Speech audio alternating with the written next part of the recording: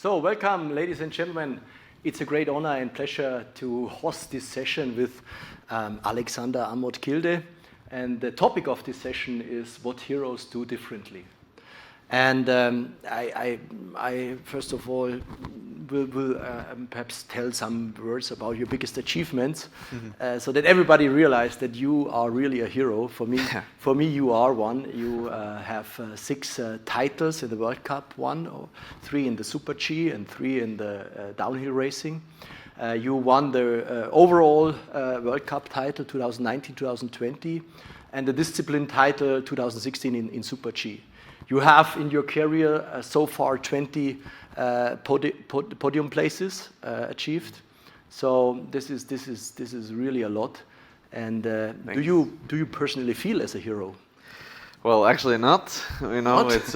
It's been a part of my life as long as I can remember to ski, and you know, the results is one thing. That's what you fight for every day, and I feel honored that I've actually been able to achieve those goals and those results. I mean, it's incredible, and I feel pretty lucky. Yeah, can imagine. And do your friends at home treat you differently after all these victories, or are you still Alex at home? I'm still Alex for sure. Sure. And you know, you have the closest friends where they treat you as you were when you were a kid, and that's fine. I love that actually, and I try to be as much as myself I can. And you know, what I do as a job is for the entertainment and for my passion and what I like, and I'm trying to be myself as much as possible. So for a lot of people, skiing is perhaps not their sport. So I would perhaps put a different light on you as a person. May I ask you, when you started your career, how much did you weigh to that time, and how much do you weigh today? I think you are 181 tall. Mm-hmm. More or less, yeah. Depending how long you that's sleep, pretty much spot on. But how much is your weight when you started, and how much muscles did you build up over this 15 years of career so far? I was pretty tiny boy when I was until the end of high school, and then I started building muscles. I was probably like 50, 60 kilos when I entered the ski gymnasium. And then I started to eat a little bit more and started to grow, and I'm around 90, 95, 98 kilos. Wow. So 35 kilos more. Is that correct? Yeah, and that's much needed when you're working with the forces of going downhill. So that's important to have. Mm-hmm. For the speed or for handling the pressure?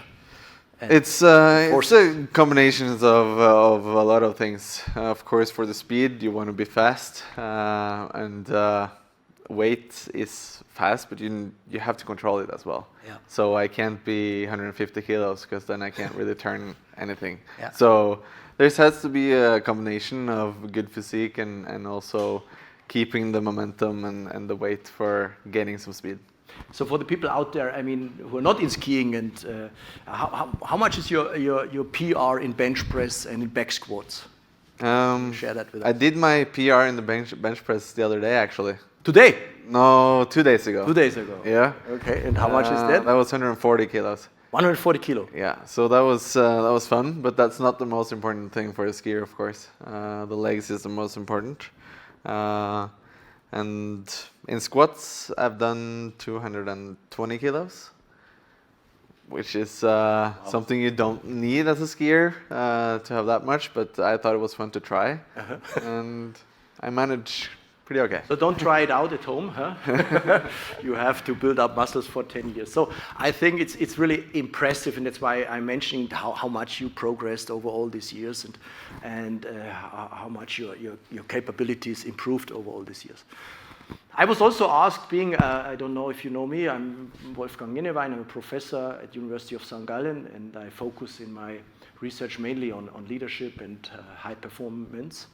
And we agreed on that I share some models, and then we discuss along the models that you perhaps also have a frame of the discussion. Mm-hmm. So Alex, I would like to share with you a little model that I use normally in my coaching. So the idea is like that.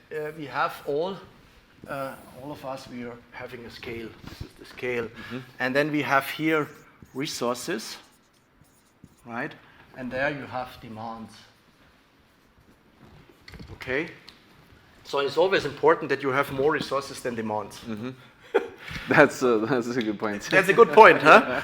But as a matter of fact, we all, so I didn't draw that very nicely, but every now and then a big stone falls on your scale. Mm.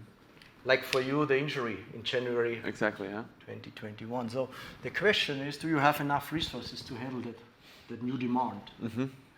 And here's the model. So what we can do is we can build up resources as long as we are fit and full in shape to prepare for that demands that will come. And here's the model, right? And it goes like this. We have basically 4 capacities. And the first one is the physical capacity, right? The second one is the emotional capacity. The third one is the mental. And the fourth one is the spiritual. Mm-hmm. Okay? So, and the idea is that we kind of build that up by rituals or routines that kind of bring you to the next level. And what I would like to do is talking with you about these 4 capacities, and you share with us your experience. Yeah. So, for the physical capacity, Yeah. it is actually eat, move, sleep, right? That's what we say in the academics. Eat, move, sleep builds up your physical capacity. And there's this wonderful saying, if you want to know how tall a building is, just look how deep its fundaments are. So eat, move, sleep are our fundamentals. Tell me a little bit about your eating habits. I know you grow a garden, you plant a garden yourself. Yeah. What are your habits on that, and how much has it an impact on your performance? Yeah, so health is for sure always been there. It's been important. And it is important to build muscles and to be prepared for what I'm doing, because what I'm doing is quite extreme. And then you have to build yourself as extreme as possible. And by this, you have to fill up with good food and good nutrition. And so I got injured, unfortunately, and had a surgery. And the only thing I could do was to focus on health. And you turned your ACL, right? Tore my ACL. That's a heavy one. It's a heavy one, and it's a long healing process. So they say until you're ready, it's about 9 months. Okay. And I'm on 3.5, 4 months now. So it's a long process. So you need to have good people around you, and you need to stay focused. Okay. So the first thing, the eating habits then changed with the injury, or? Yeah, a little bit, because that was the only thing I could do something about when I was sitting in the couch, and of course I did my movements, but you know, it's limited in the beginning. So I wanted to put some more energy into health, nutrition, and why not trying to build my own garden and make my own vegetables, and with the help of Syngenta Group, I can do that. So why not? At home? At home. Really? And what do you plant there? What are the vegetables? So you have, I have spinach, and I have chili, I have salads, some different vegetables, which is good for you to get good nutrition. But of course, this is just an experiment for me to gain more knowledge. Of course, it's going to be tough because you know I have limited amount of time, but it's cool to see how it works and to get into actually the nutrition plan of how to grow and how it's done from bottom up. So it's not processed food, it's regional food, obviously. Yeah. It's plants, right? And that's what you eat a lot, or do you have other things that you eat? Well, I am pretty flexible in my eating habits. I try to be kind of have a lot of variation, eat a lot of fish, meats, and of course a lot of vegetables to gain as much muscles and to be strong and get back, and you know, there's an ACL that has to heal. Yeah. So it needs to get the energy straight in the knee. So And what helps? Do you have also supplements, or is it really mainly plants that help you? well, it's mainly food.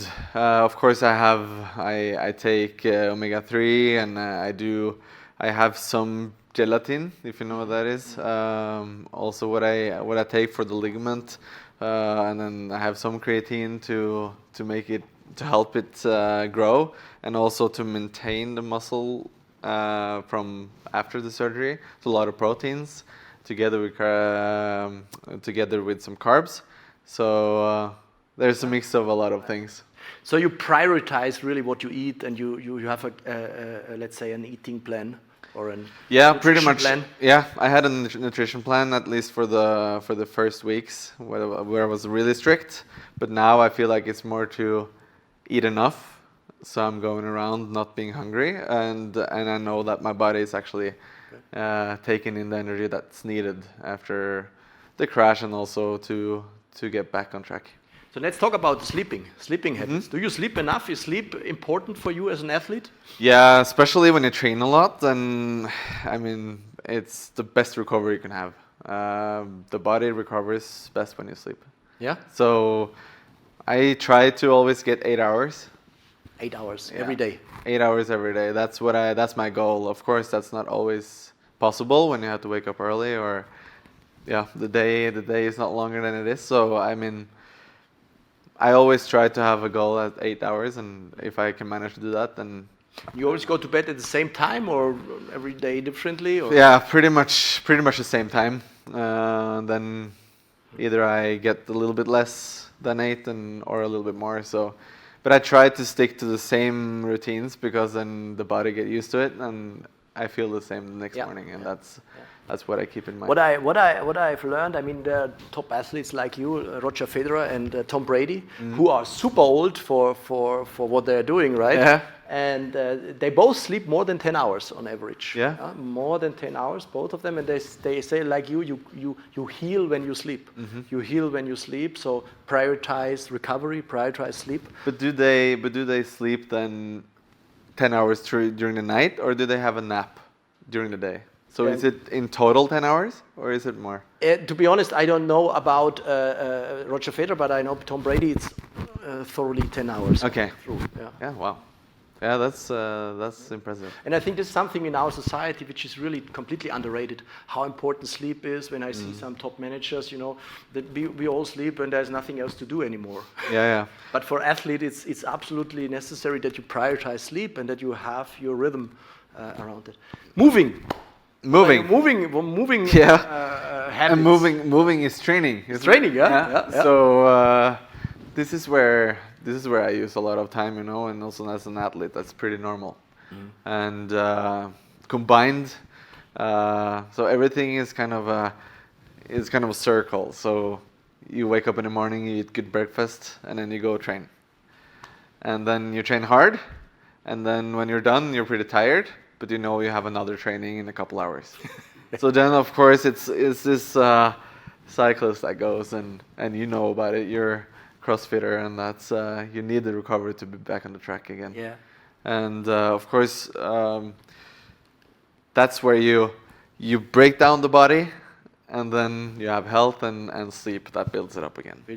Yeah. So you have to find a good balance. That's what I keep in mind. So when I train at the most, then I also sleep the most, and I also eat the most, which is pretty obvious. Yeah. And what is a good balance of over-exercising? Because a lot of people over-exercise, and I know a lot of managers, who cannot work out during the week, and on the weekend they over-exercise. They harm actually their body. Exactly. They stress their body. Yeah. So what is a good equilibrium between over-exercising and keeping the balance? That's a really good point, because I feel like people try to gain as much movement and training they can when they have time, and the time is a thing is lacking, and for us athletes, that's our main focus, that's our job. So for us, it's easy to get enough training, but also get enough recovery.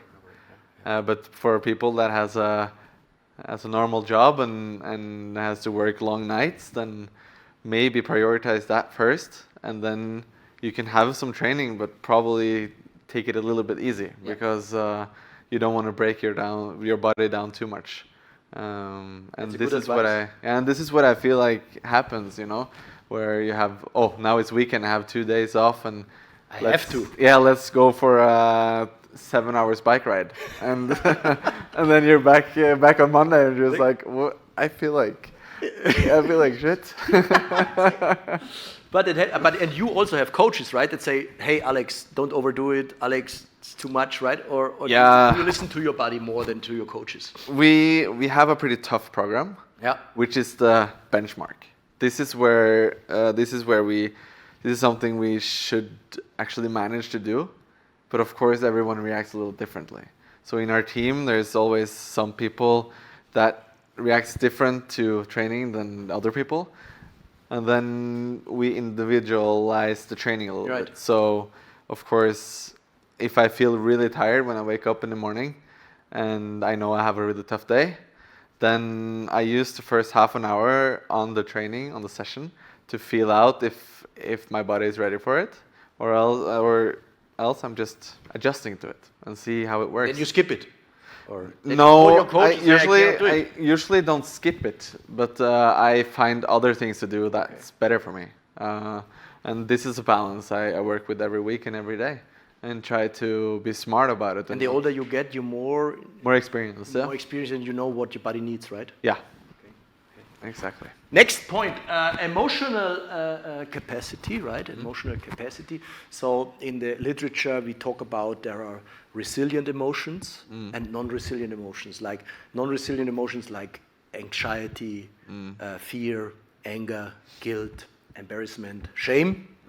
And there are more resilient emotions like joy, like passion, like love, like humility, and those things, and that what we say in literature, the more positive emotions you can activate in yourself, the better your performance is in the long run, and the more well-being you have. And there's a question from the audience out there. Do you use meditation for performance enhancement? Because meditation normally helps you to get rid of the more negative emotions in you and see more the positive emotions. Yeah. And my question is then, what is meditation?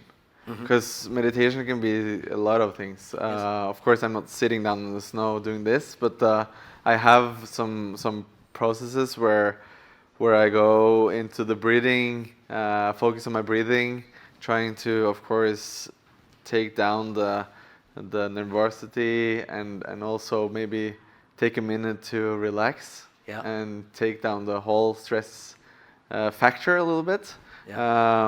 So it's a meditation somehow, but not fully meditation as people probably do that every day or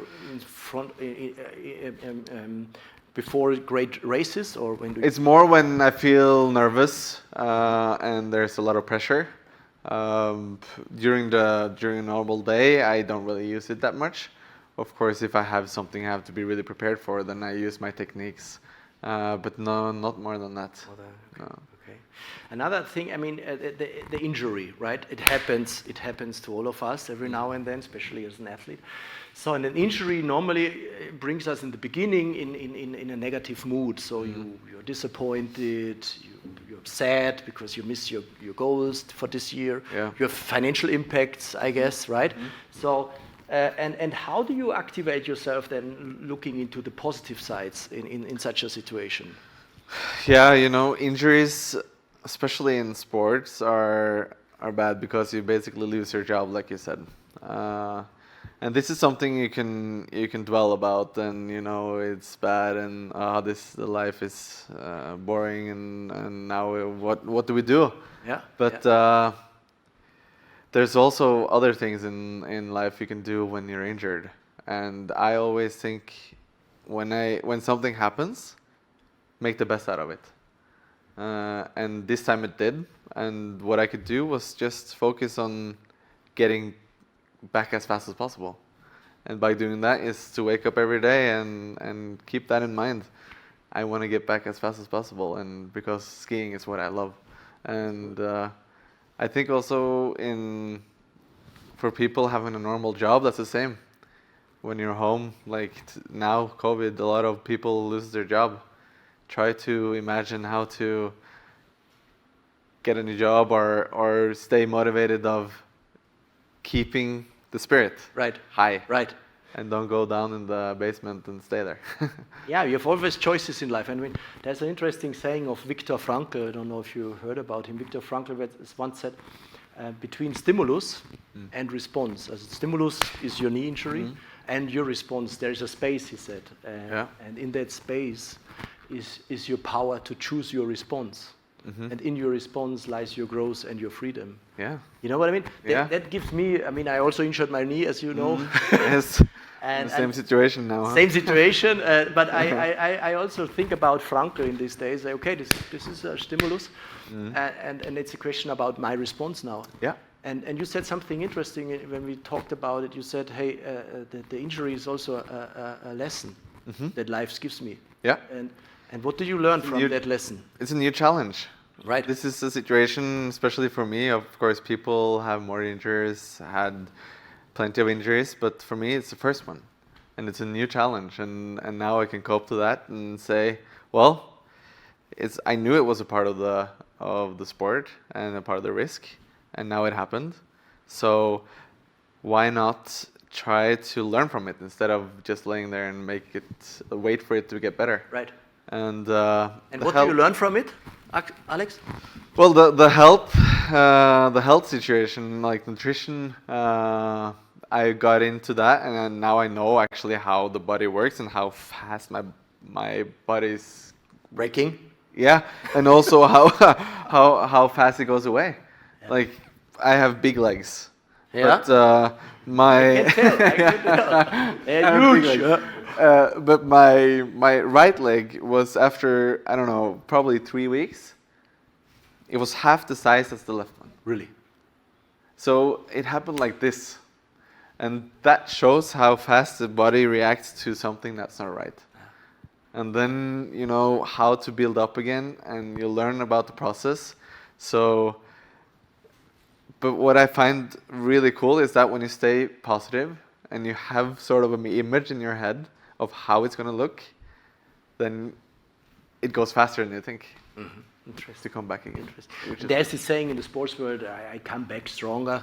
Yeah. And I got in. Do you believe in that? Do you believe that you can get out stronger, or can you translate that for us? Depends when you will be back stronger, because sometimes you need time. You need time to heal. And that's in a lot of situations where you probably think that you should be back in 2 months, but realistic-wise, it takes 5 months. Right. So you can't be back stronger in 2 months then. Right. So you have to be a little bit realistic. But I think it's possible, because you can focus on your weak links a little bit. Right. When you're injured.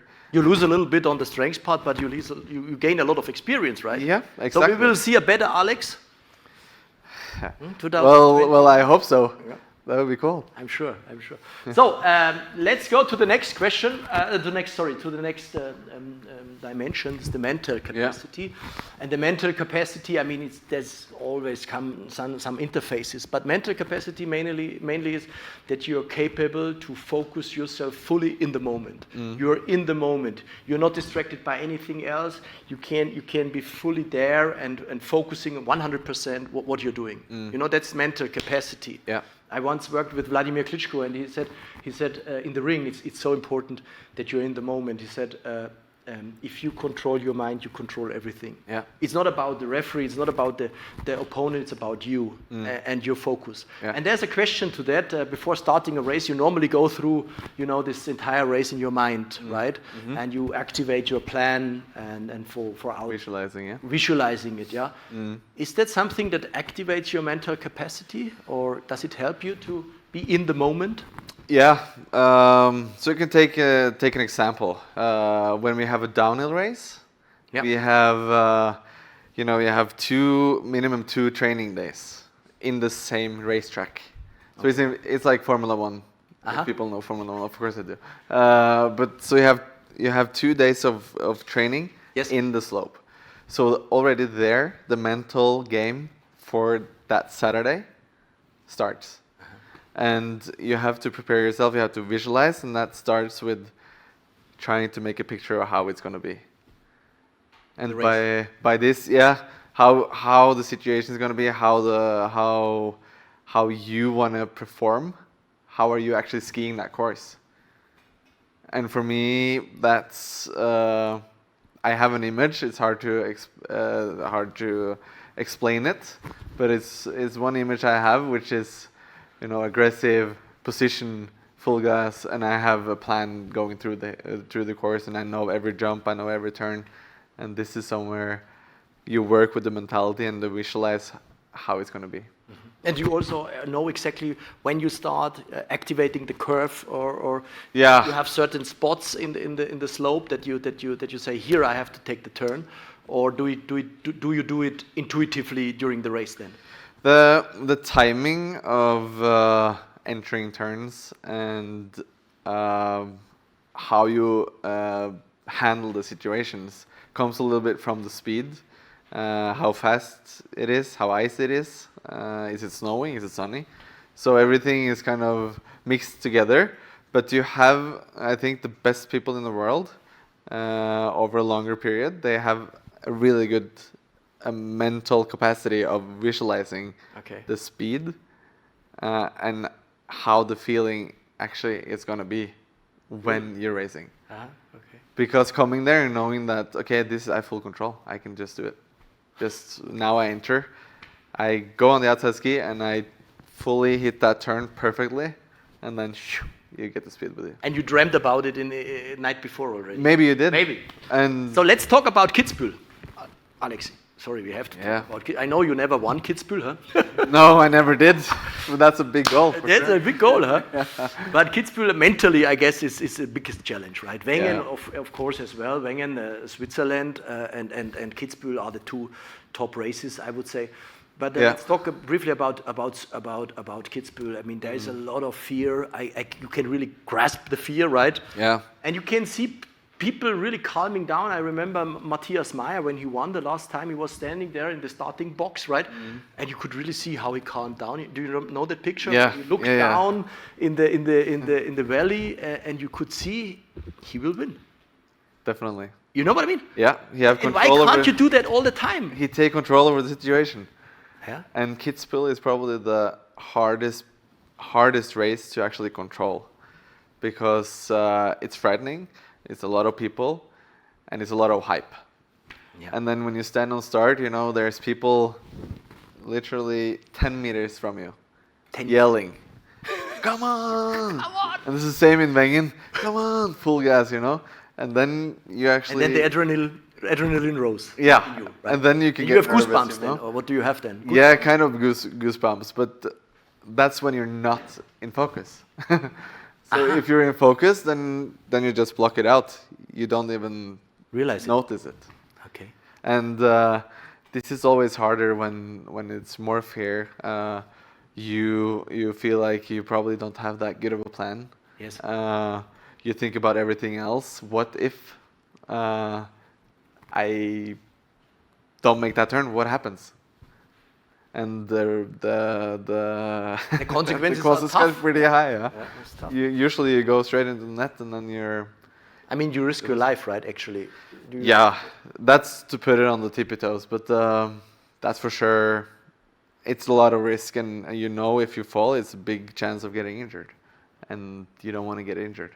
How is it if you go 150 kilometers in the final slope? 140, I guess, is the max speed. Yeah, 150 is in Wengen, actually. Wengen? The fastest part. How is it? And do you think, please don't fall down now, Alex, or? Or what is funny about it is that it goes so fast. It's hard to think. It's just now it's so fast, and then you look as far as you can, but also try to keep balance. But everything is going like this. And then you see the gate, and then it goes like this, and then you're at the gate.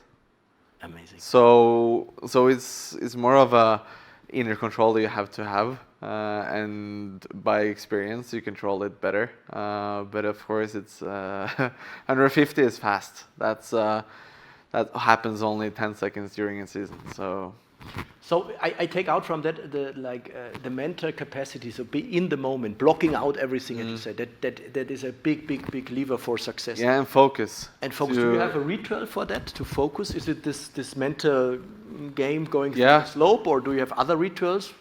Of course, we can talk a lot about experience here. I know what's coming. I've done it before.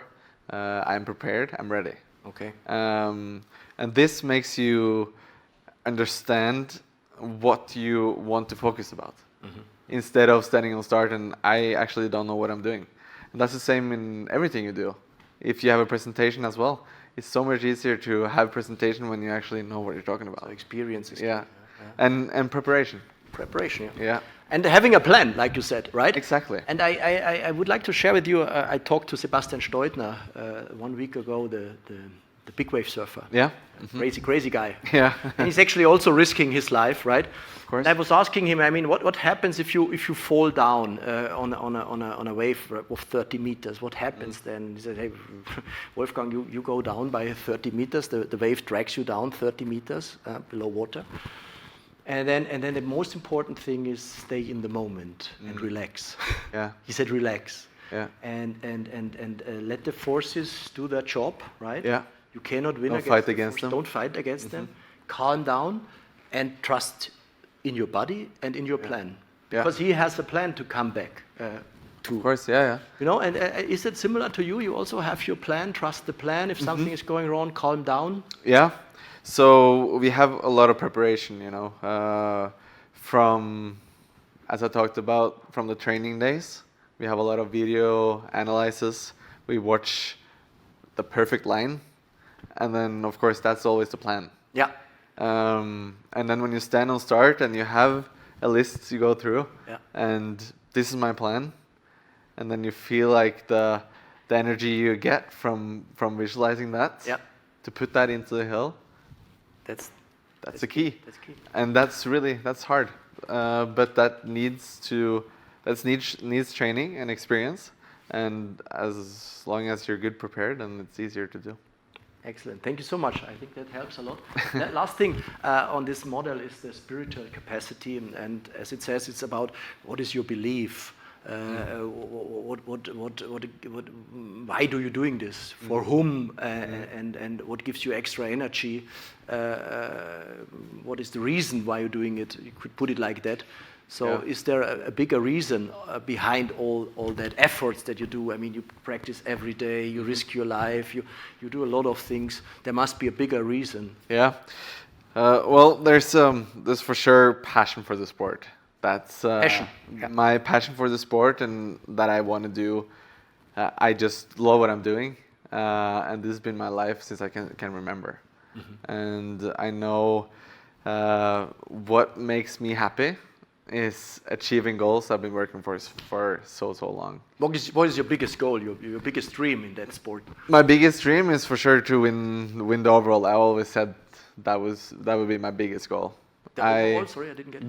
To win the overall title. Overall title? Yeah. Like you did 2000? Like I did. Really? But I want to do that again. Again. It's not Olympics 2000 next year? Of course. That was my next point. Okay. Yeah. So Olympic. you didn't win any Olympic medals? So no, I have no and medals. No world champion title? Nope. So it's about time now. Stay in the plan. To actually go for it. Stay focused. Yeah, I will. Perhaps you're too much distracted when it comes to Olympics and World Championships. Maybe, and that's a good point, and I will of course keep that in mind. That try to think of it as a normal race instead of making it such a big deal, because that's always going to flip you out a little bit. So overall winner again, and Olympic medal. Olympic medal. And world champ medal. And world champ. That would be amazing. So this is one purpose. You follow your passion. You get better in your disciplines. Yeah.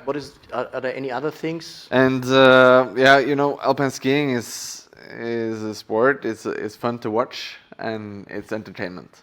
So actually, showing people the love of the sport, and also fight for the country, fight for your fans. Giving them some real show, that's amazing too, and that gives you a lot of, crossing the finish line in Kitzbühel is amazing, and also Wengen and those big ones you have, and the excitement, the excitement, yeah. and just people sharing from you because you just went fast down a hill is pretty amazing. Yeah. And this is something I want to feel every weekend during the winter. Okay. That's the best feeling there is.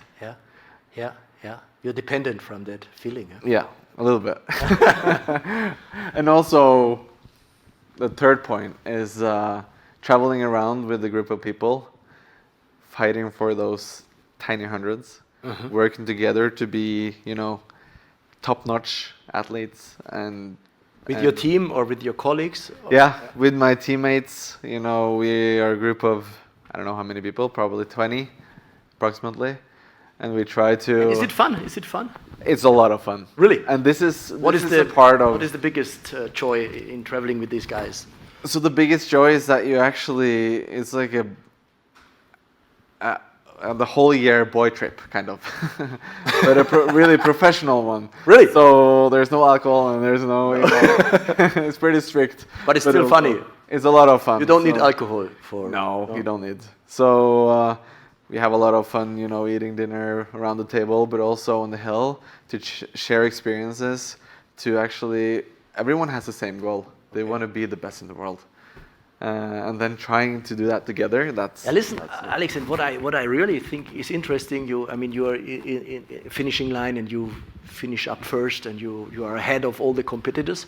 And then immediately you talk to your colleagues and you give them tips and advices how to do the race. Isn't that counterintuitive because you want to win and then you give the tips to your colleagues? Yeah. You don't give real tips, right? When you say, well, that's a part of it, you have to. And that's something in the culture.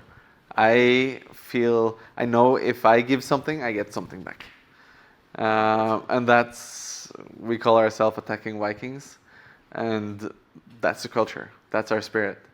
So I want to share everything I know to my guys because I know they have experiences too. They can share with me, and if they have the same mentality, then we gain together, and then we make it as a group better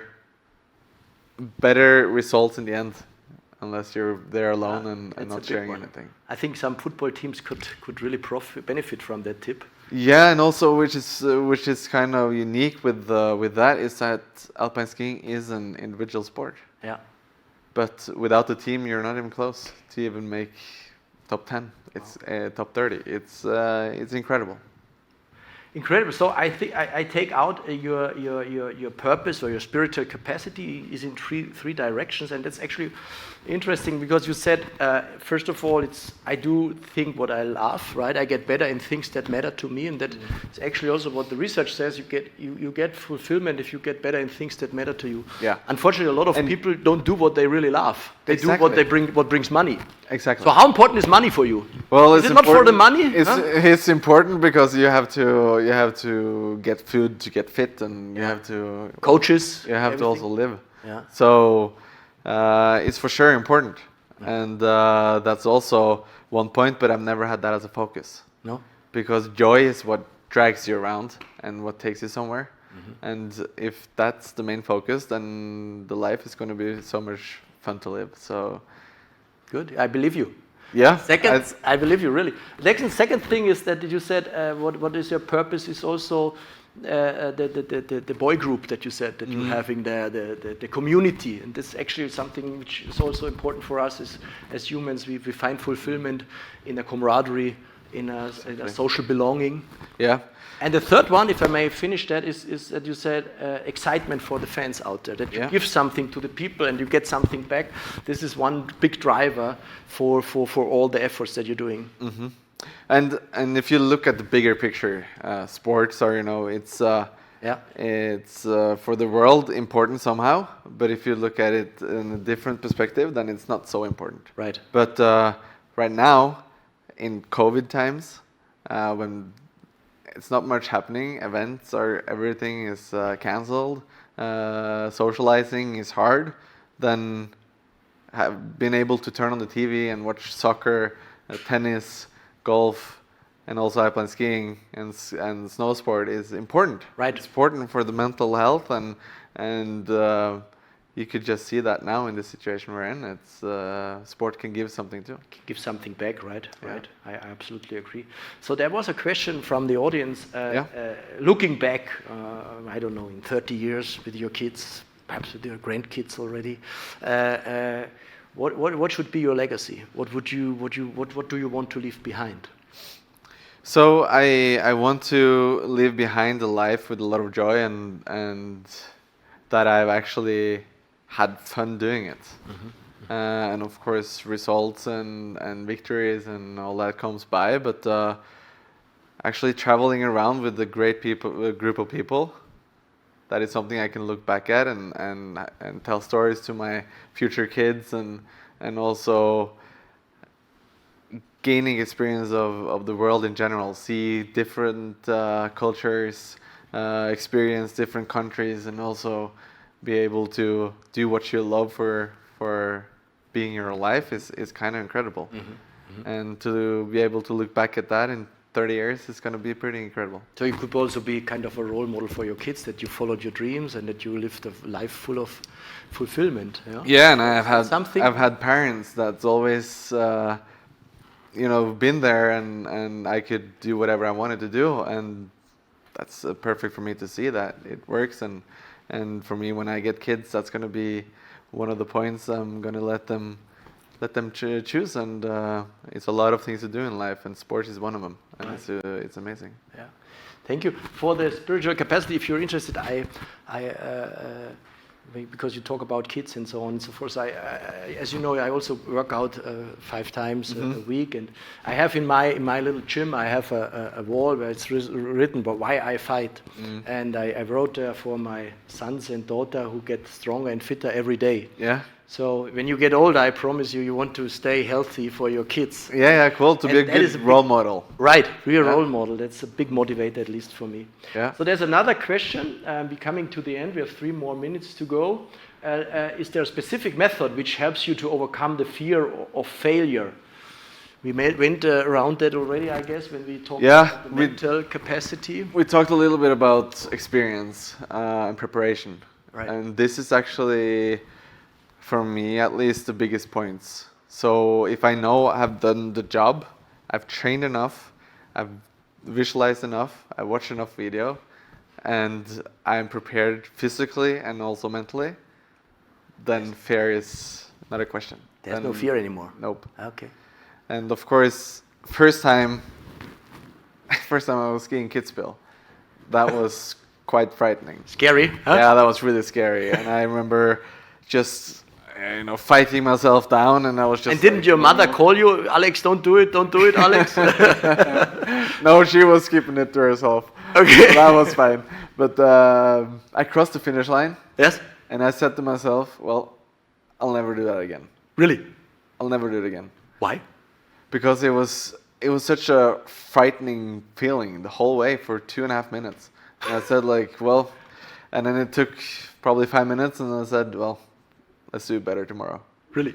So it's kind of, you say something to yourself, and then but you said it's the experience that helps you to overcome the fear, right? So that's my point, where I did it the first time. Yeah. I was frightened, but then I did it one more time, a little less, one more. And then you gain experience, and you know what's coming, and that is such a good feeling when you control the fear. My next question would be around your team. I mean, you lead people, yeah? I mean, you're an important person, you have coaches, you have probably assistants helping you, and you are led by a coach, right, from the Norwegian team. So what is your philosophy on leadership? How do you motivate others, and how do you want to be motivated? So I think this is a really good point, because in skiing, you are responsible for your own development and to actually gain where you want to go. Right. But you have a leader, you have people around you, and you can, of course, stand there and say, do that and do that. My way is the only way. But that philosophy is for me something that stands against what's going to reach the biggest goals. Okay. So I always think of I am not a leader, but I'm like a small leader in the team, kind of, because I have a main coach, which is making the programs and controlling everything. Right. But together we can try to make everyone around us a little bit better every day by letting them share their experiences and be there for you and for themselves to actually be the best they are. So the philosophy is, if I understand correctly, to help others to be the best version of themselves. Exactly. Huh? And not telling what to do and how to do it. It's more like growing together. Exactly. And doesn't this end up in a chaos? Everybody does what he or she likes, and yeah. So you have to have a sort of a control over it, and that's what the main coach has responsibility of. Okay. But I feel like our main coach and our main leader is good at that, to actually say, well, you should be there and control everything so it's working smooth. But your task is that way. Do it as you want it to be. Okay. And then if it does it well, then it's perfect. If not, then we have a talk and we do it better next time. That's an interesting philosophy. Have you felt it also differently with other coaches in your previous career that were more tough on do this? Yeah, it's of course a lot of different ways to the goal. But in skiing, there's always gonna be strict rules, and you have to follow sort of a path. But that's actually pretty much it. I mean, follow the path, but also try to implement new things. I think it's important. Thank you so much, Alex, for this great conversation. Thank you. It was Coming a lot of to fun. an end. Thank you for the great questions that you gave in the conversation. I hope you get a lot out of it. I learned a lot. Thank you so much. Me too. Alex. I learned an athlete, a Pleasure to hero, meet you. and I hope you also could gain some tips for your personal growth. Yeah. And for the future, we wish you a lot of Olympic medals. Yeah, World thanks. Championships and A lot of them. for sure. The best times are still ahead of you. Yeah, thanks. Thank you very much. All the best.